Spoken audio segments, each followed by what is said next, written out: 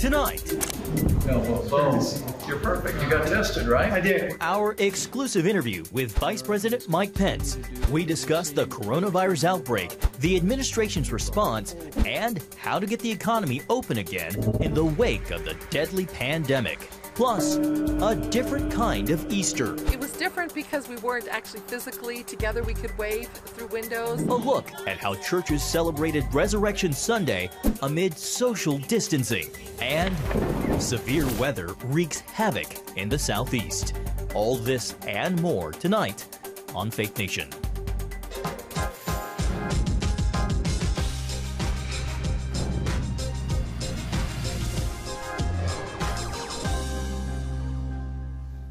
A step in the right direction in the fight against the coronavirus, but still far from over. Welcome to Faith Nation. I'm John Jessup. Well, it was 1 month ago today that President Trump declared a national emergency over the coronavirus outbreak here in the United States. Tonight, the number of confirmed cases continues to climb, though. More than 560,000 people have tested positive for COVID-19. Nearly 23,000 have died in the United States, and more than 10,000 of those deaths taking place in New York State alone. Meanwhile, both the state and federal government are weighing when and how to begin reopening sectors closed by the outbreak. The president is saying today the administration is working closely with governors on those decisions. One key player involved in those conversations and helping to lead the charge, Vice President Mike Pence, as the head of the White House Coronavirus Task Force. He recently sat down with CBN chief political analyst David Brody to discuss the outbreak, and David joins us now. David, can you talk to how the vice president has emerged as Trump's point man for the White House response? Well, sure, John. I mean, clearly the coronavirus task force, I mean, he heads it up, and there was a reason that he heads it up, not just because he's vice president. It's because he knows government. He's been in government for a very long time, whether it be a congressman and after that, a governor of Indiana, and now the vice president. And so he feels very confident with Mike Pence at the helm. And that's where we started our conversation with the vice president. Mr. Vice President, great to see you. Good to see you, David. Thank you. Especially under these conditions. I know it's been very taxing for the American people. Obviously, you're heading up the coronavirus task force. The president said the other day that he's hoping this will get back to at least some sense of normal very, very, very soon. How confident are you that after April 30th, we may see some difference here in the economy and getting back to normal? Well, from all the way back in January, President Trump has taken decisive action to put the health of America first. Stood up the coronavirus task force when there were only a few cases that had come in from China. Suspended all travel from China into the United States before the month of January was over. And from the time that he tapped me to lead the coronavirus task force, we've been bringing the very best recommendations and guidance to the American people. And despite the tragic losses, now more than 16,000 Americans have lost their lives, and we grieve with those who grieve, but we do not grieve like those who have no hope.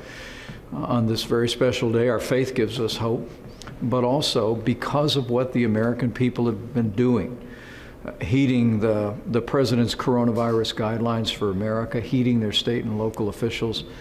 David, we're seeing real progress. On the West Coast, the numbers of cases remain low and steady, which is a tribute to the people and the leadership of Washington State and California. And even in the epicenter, in the New York City, New Jersey area, Connecticut, we're continuing to see, despite tragic losses, we're seeing a decline in hospitalization and what we hope is the beginning of a trend of a leveling of coronavirus cases. Same trends in New Orleans, encouraging news in Detroit. But what's happening across the country is happening because the American people have put the health of others first. They've been putting the guidelines into practice. And in all of this 30 days to slow the spread, we just urge every American to continue to do just that. Do you expect something to change after April 30th from a guideline perspective? We're going to be following the data very carefully. But if as some of the experts suggest, if we are nearing the peak of the coronavirus and if Americans continue to do what they've been doing now for weeks across the country, and social distancing, avoiding gatherings of more than 10, using drive-thrus at restaurants, and particularly being careful around seniors with serious underlying health conditions by practicing hygiene and social distancing. We believe we'd be in a very different place come the end of April, and we'll be able to bring forward recommendations, the president looking literally on a county-by-county basis about how we reopen America. But the president's given us a clear directive, David. We want to reopen America as soon as possible, but we want to do it responsibly and in a manner that puts the health of the American people first. I want to ask about a criticism that you've heard about the testing. I know the White House had said in mid-March that about 4 million tests would be available. It's now almost mid-April, and that figure was never hit in mid-March. What happened there? What was some of the lag? The traditional manner of testing for any kind of infectious disease is that a person would receive a test. It would be processed at either the CDC or a state lab. And that was the old system that when the coronavirus struck America, our first case came and emerged in this country in February. The president immediately tasked us to pull together the vast resources of what are known as the commercial labs in this country, companies like LabCorp and Quest, Abbott Laboratories and others, the people that actually create the devices that do rapid tests. We brought a consortium together at the president's direction. And in very short order, we're literally at a place today, David, where we're testing more than 100,000 Americans a day. And we've developed all new testing format. Abbott Laboratories has a 15-minute test. I think you just took it, that we're working to make available all across the country. And but the reality was there were always many test kits out there, but the ability to process them rapidly was what the president addressed when we brought the full power of the private sector together. And now, as I said, more than 2 million tests done, and we're going to continue to scale and increase the amount of testing during this epidemic, but also create a foundation for a new, modern, rapid testing system for coronavirus and other diseases for years to come.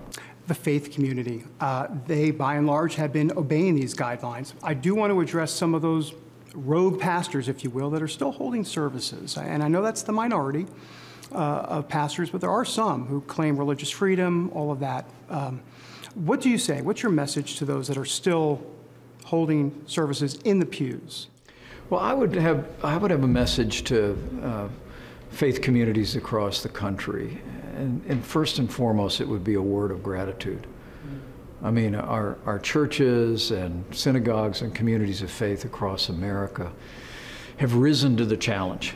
You know, I talked to my mom this morning, and she had a neighbor who was bringing over some fresh groceries. I mean, it would be impossible to fully describe what faith communities, even during a time of social distancing and not being able to meet, have still been putting hands and feet on their faith. And it's one of the reasons why the president and I have took efforts to remind every American, as I do so again, that even if you're not in the pew on Sunday, that ministry is still going on. And so to the extent that you're able to continue to contribute to your local church, your local synagogue, your ministry, we encourage you to do that, because those communities of faith are making such an immense difference. And we are also grateful that I think most communities of faith around the country have heeded the president's coronavirus guidelines for America and avoided gatherings of more than 10. And to those who would, as we go into this very precious Easter weekend, who might think otherwise, I would just remind as a brother in Christ that, you know, where two or more are gathered, there he is also. Mm-hmm. And this weekend, my wife and I will gather in the living room at the Vice President's residence. We'll watch our home church, College Park, in Indiana. And then after that, we're going to have a Skype Easter brunch with our kids around the country. we're all making do, but we can still worship, we can still practice our faith, and practice the really important social distancing that at this time in the life of our nation is just so important. We've seen some bipartisanship in Congress, though there's been some back and forth, as you might imagine. Do you believe Democrats on this phase 4 going forward are playing some politics, especially with this small business administration money, but also this mail-in voting that they're really pushing for, money for that? They seem pretty intent on getting that done. What do you think about the mail-in voting specifically, the money for it? Well, let me first credit the Republican and Democrat leadership in the Congress that has responded to President Trump's call with not one but 3 different pieces of legislation. First, to make sure all of our federal agencies had the resources to meet this moment. Second, to make all coronavirus testing free and to extend paid family leave to every American. But the last piece of legislation was truly extraordinary. The average family of 4 by this time next week will receive a direct payment of $3,400 to assist them during this time. But for small businesses around the country, we've literally enrolled thousands upon thousands of companies in the Paycheck Protection Program, which will allow small businesses to keep people on the payroll for 2 months while our nation makes our way through the coronavirus. And we're also assisting larger businesses with what are called loan facilities through the Federal Reserve. It really has been a testament of Congress working at its best. But look, there'll be issues that will be debated in the days ahead. But I think the President and I are both grateful for what President Trump likes to call the spirit that has animated efforts on Capitol Hill, and frankly, the relationships with governors all across the country. I mean, we've literally been working every day with governors in both political parties across America, and it's just what the American people would want to see at a time like this. Just to clarify, do you think the mail-in balloting, in terms of the funding that Democrats want, do you believe that is political in nature? Well, I'd leave that to others, and that'll be an important debate in the days ahead. I know that absentee ballots for people that are not able to participate in voting are an important part of our electoral system.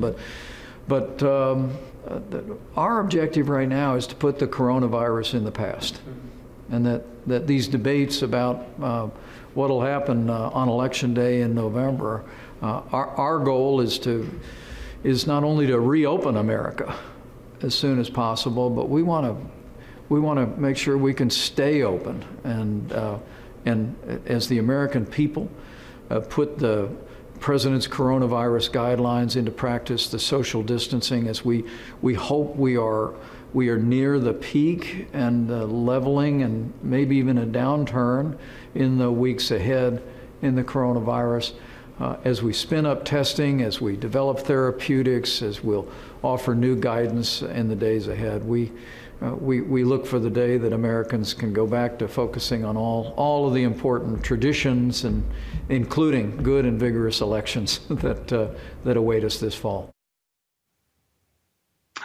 You know, I should point out, John, that after the interview, Mike Pence and I continued to talk for about 5, 10, 15 minutes or so. We just went through the hallways there at the White House, and he was very excited about testing, the rapid test that they're developing at Abbott Laboratories that he mentioned in that interview. So we'll watch for more of that as the days and weeks go on. David, great information from that interview. I know this was not your first time interviewing Mike Pence as vice president. I wonder what stood out to you this time around. Well, there's always a resolve with Mike Pence. I mean, he's a pretty serious guy overall, though he does like a joke. Then again, this was obviously not a time for joking. So clearly there was resolve, there was purpose, and a little bit of hope is what I saw, actually. You know, this idea about the light at the end of the tunnel. I saw that. I saw it in his eyes. I've known him for 15 years. We've done 6 interviews since he's become vice president. You have a sense of what he's thinking deep down, and you got a sense that there was a little bit more pep in his step, not because obviously it's a tragic situation what's going on in America, but he does feel like we're getting closer to maybe a new normal in America. We'll see. David, about a half minute left. Real quickly, I know that you were forced to take a COVID-19 test before the interview began. Can you describe what the process was like and how quickly you got the results? Right. The interview was slated for about 10:30 in the morning. About an hour before that, myself and our makeup lady went down together to get these COVID-19 rapid stress tests. It takes, it takes just 2 seconds. Literally, it took about 15 seconds. It's, if I can be so graphic, a swab up one nostril, a swab up the other, 5 seconds in each nostril, and it's over with. They tell you, and they'll say in 15, 20 minutes if it's negative. Or excuse me, if it's positive, they'll let you know. If it's negative, they don't say anything. Never heard back, so it was positive. So it's a good thing. It's a good thing you never heard back. Well, David, great interview. Thanks so much. Thanks, John. When we come back, a look at an Easter unlike any other, celebrating the resurrection of Christ amid a social shutdown.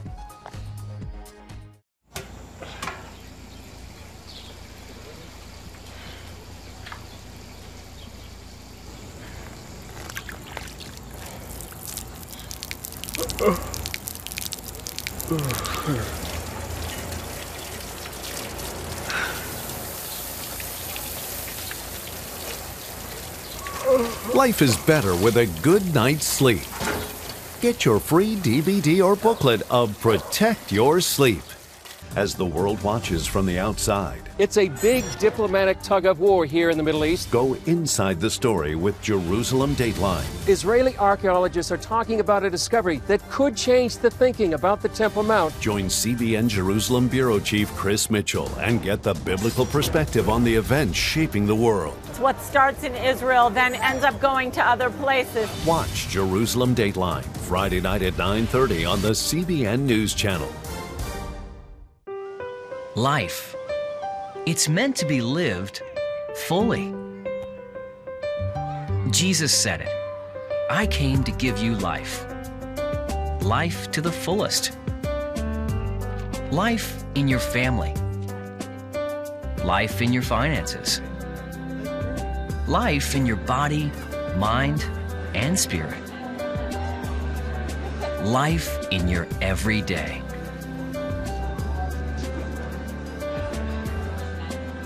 At CBN.com, we're taking what Jesus said seriously.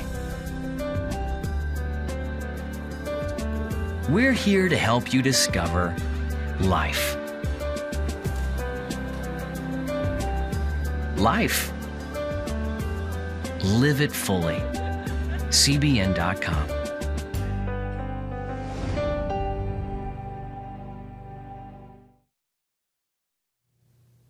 Welcome back. Well, empty churches didn't stop the proclamation of the empty tomb being preached Easter Sunday. From online-only services to drive-in gatherings, congregations across the country found ways to come together and celebrate the resurrection. Our safety team, they were spread out through the parking lot to direct people, families, to park every other space and stagger those front and back so that nobody was next to each other or in front of each other. Instead of amening or saying yes, we got to honk our horns, windshield wipers, hazard. And of course, this was not the first Sunday churches have had to get creative. Since March, stay-at-home orders and social distancing have forced congregations across the country to find alternatives to regular gatherings. Well, the economic pain caused by the coronavirus is also causing pain, understandably, for many churches. But help is on the way. Joining me now is Mac Peer, founder of Movement.org, and Justin Gibney with the AND campaign. Both are involved in a recently launched effort we told you about right here on Faith Nation. It's called the Churches Helping Churches Challenge. Gents, it's great to see you. You guys launched the initiative on April 3rd. The original goal was to raise $500,000 this month alone. 10 days later, you've already raised $250,000 in awarded grants to 50 churches. Can you talk to me about the donations? Where are they coming from, Justin? So the donations are coming from a lot of different places. We have some large faith organizations that have come in to help, some Christian donors. Everything that we're doing is in partnership with the National Christian Foundation, who's actually administering the fund, and 100% of the proceeds are going out to churches. So we've got a good start. Matt, can you talk to me about how many churches are applying for support? What does that signal about the need? And also, as for those responding to give, what does that say about people's generosity? We've had 400 churches that have already applied, so it speaks to the tremendous need and demand, and it also speaks to the responsiveness of the faith community, and it really speaks to the level of urgency that everyone is feeling in response to the virus. We know smaller churches are more at risk. About a quarter of churches have either cut staff, hours, or salaries in the middle of this crisis. Justin, what's the criteria you guys are using to determine who to help? Yeah, so we want to make sure that we're helping small churches. So one of the criteria is that you have between 25 to 150 members. We also want to help people who are in low-income areas, or areas that have been hit specifically by the crisis. And then other things like we want to make sure that there's a statement of faith, things of that nature. But once someone is granted, once someone gets the grant, it's no strings attached. So we want to make sure it's a small church. We want to make sure that they're biblical. But from there on, we want to get them the money and help them survive through this crisis. Mm-hmm. Well, clearly already a tremendous response. Mac, where do you all go from here? We want to continue to scale this. It's critically important. If we've already had 400 applications in just a couple of weeks, we can only imagine that there are thousands of churches that need assistance. And we really want to encourage churches and faith leaders to take strong initiative in their own local community to identify and assist local churches. Maybe a quick question for the both of you before we wrap up. Several ministries, of course, make up the Churches Helping Churches Challenge initiative. Beyond the financial support and morale boost, what lessons can be learned here about unity and working together in the body of Christ? Yeah, John, I think this presents the church with a huge opportunity to work on reconciliation. We know that the church has a divide when it comes to race, when it comes to socioeconomics. And sometimes it takes a crisis for the church to be who we're supposed to be. And I think this presents an opportunity for us to reconcile on those lines by helping one another. Yeah, I really believe that sharing resources is a tangible way to express our unity. And we recognize that often these smaller churches in their local neighborhoods are the best resource that a city has to help the city flourish spiritually and socially. Well, gentlemen, we appreciate the work that you're doing. Justin, real quickly, where can people go to find more information about this? If you want to either donate or apply, you can go to churchrelief.org, churchrelief.org. Justin, Mac, thank you so much for being with us today, and thank you for the work you're doing. Continued best wishes. Thank you very much. On October 1st, 1961, history was made when a tiny station began transmitting the first signals of the Christian Broadcasting Network. CBN, the Christian Broadcasting Network. And now, a new era has begun with the all-new CBN News Channel. Just moments ago, the Iron Dome intercepted an incoming rocket right on the Gaza border. Administering in this area, spiritual warfare is definitely involved. A 24/7 news network, bringing you the news you want from a source you can trust. In Kenya, 40% of the medical services are actually provided by these Christian hospitals. Let's talk about the economy. Believers here are joining together to win people to Jesus Christ. All your favorite shows now in one place. Go to cbnnewschannel.com to find out how to get the CBN News Channel on your TV all day, every day. CBN News.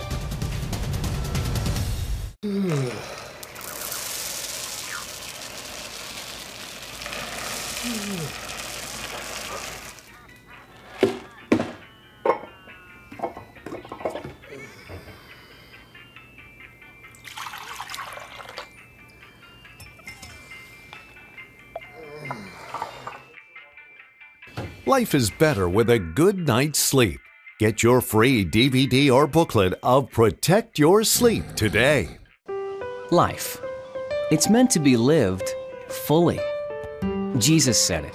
I came to give you life. Life to the fullest. Life in your family. Life in your finances. Life in your body, mind, and spirit. Life in your everyday. At CBN.com, we're taking what Jesus said seriously. We're here to help you discover life. Life. Live it fully. CBN.com. Well, deadly severe weather has been working its way from the Gulf Coast to the mid-Atlantic today. Southeastern states from Florida to Virginia have issued tornado watches with multiple warnings in the Carolinas. The system comes after at least 19 people were killed in the same band of storms Easter Sunday. I heard this really loud bang, and I was like, okay, well, the window's gone, but I didn't expect this type of destruction when I came outside. We actually band together and kind of canvassed the neighborhood to see who needed help. Along with tornadoes, these storms also brought flash flooding and high winds to many areas. Well, to the 2020 race for the White House, Senator Bernie Sanders is endorsing the presidential run of his former rival, Joe Biden. In a joint virtual appearance today, Biden and Sanders acknowledged their political differences, but called on Democrats, independents, and even some Republicans to put aside their disputes for the sake of defeating President Trump come November. Well, but that will be hard, at least financially. The Trump campaign and the Republican National Committee raised $212 million in the first quarter of this election year. Coming up, Brazil's most iconic landmark gets a makeover. We'll tell you why.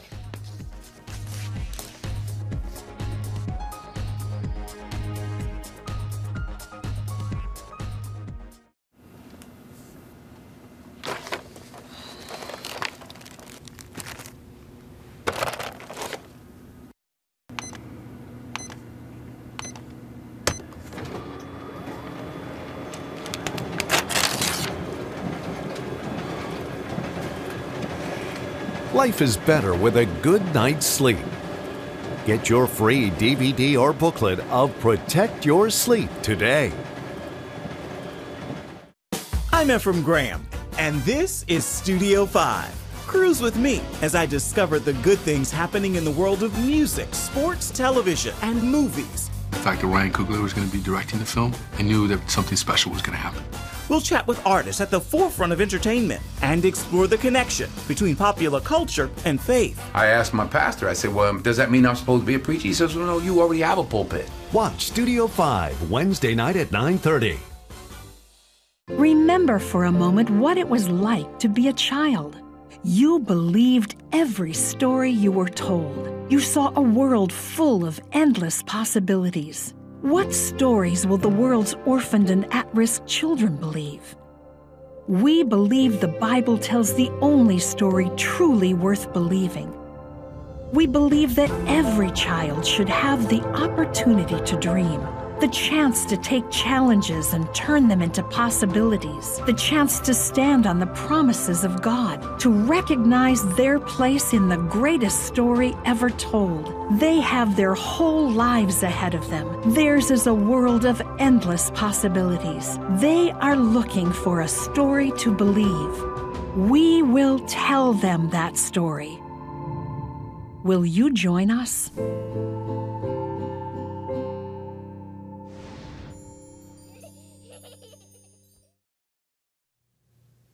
And finally tonight, Brazil is honoring healthcare workers fighting the coronavirus pandemic around the world. Rio de Janeiro's iconic Christ the Redeemer statue was lit up and dressed like a doctor for Easter. Projections playing across the world wonders showed flags from across the globe and the words "thank you" in different languages.